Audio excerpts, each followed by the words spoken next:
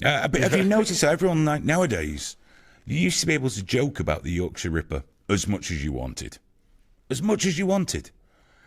Yeah. Now the cunt's dead. You can't say a fucking word. How dare you? It's not too fucking soon. It's been 40 fucking years. You know, but making jokes about him being dead. Just about anything to do with him. Anything you're not supposed that's it. You're not allowed. I mean, It's you make not jokes about funny. him being dead. Like, what respect does he need? He murdered like 15 women. Well, there's that Have some Frankie. respect for the dead. Well, he made a lot of dead. Well, he's gone to heaven now, hasn't he? Where he gets 72 prostitutes and a hammer. He's fucking sorted. But fucking Frankie Boyle used to joke about him. He wouldn't now, obviously, because, you know, that's not how it works with Frankie Boyle these days. Great disappointment to me, that boy. Great disappointment to me. I don't know what the hell happened. I have no idea. It's like, I'll admit, see, one of the biggest inspirations for like my comedy, like the whole going on stage and not giving a fuck about what you say.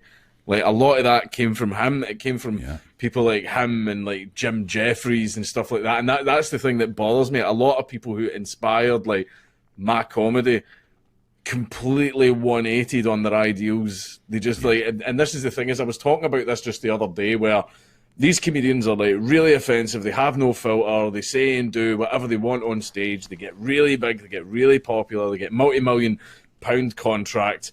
And then when they've got obviously a big fat pension, a great big mansion, and all these other things, they then sit beside their pool and go drinking Cristal, going, I think offensive jokes are actually quite bad and we shouldn't do them anymore. Fuck you. Yeah, you were making jokes about fucking kids with Downs last year, mate. Yeah, exactly. It's just hypocritical, but like that's the equivalent. Do you know what that's like? Did you hear about the Muslim man that played the lottery ticket? No. Right. He played the lottery ticket. This is a true story. He played the lottery. He fucking won. He won millions and millions. But the problem is that counts as gambling, and gambling under Islam is illegal. Yeah. So the Muslim community came out and went, "That's terrible. That's shocking what you did. You know, you broke Islamic law." And the guy turned around and went, "I'm sorry. I'll never do it again." Right.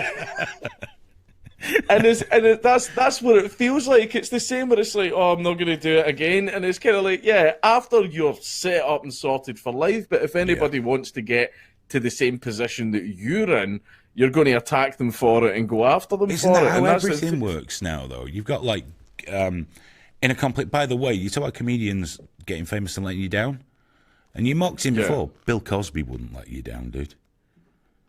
He wouldn't do a 180. He wouldn't do that shit. He'd take you to a party, show you a good time.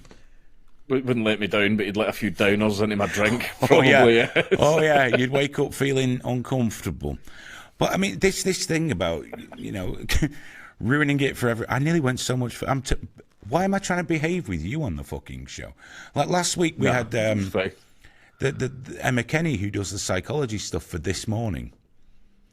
And I behaved right up till the end when I talked about using bolt guns on paedophiles and then using them as fertilizer in the third world and for experimenting on, because purse in their eyes, rabbits can't tell you how it feels.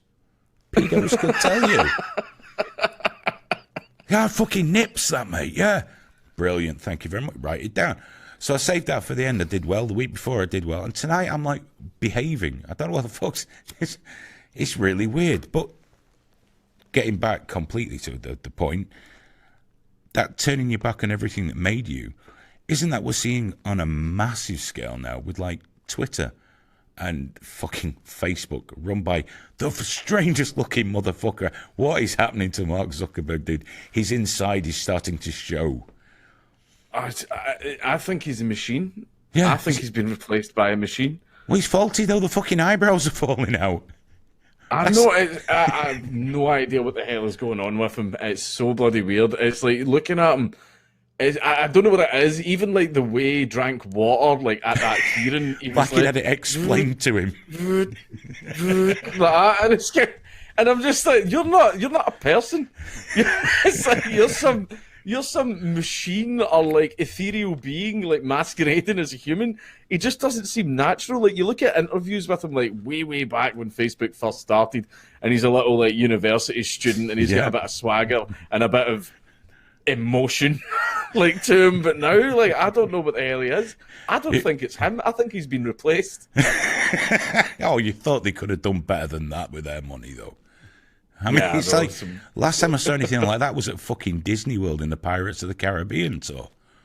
The weirdest That's what shit. it is. in the It's like fucking an world. animatronic for my kids, right? Fucking Rick Baker came out of retirement and made the motherfucker. But the water thing, I'm 100% because I remember watching that thinking, that looks like someone's explained to him that people drink water. You know, someone just said, do you know people drink that? What is drinking? Well, you put it to your mouth and there we go, I've done that now. It's just, he's a creepy. And then you got the guy from Twitter who looks like tall Tyrion Lannister. You know, with his big fucking tramp's beard now, and he does his yoga all day. And then the whole thing, Aye. they're turning everything now. So they thrived on the open internet.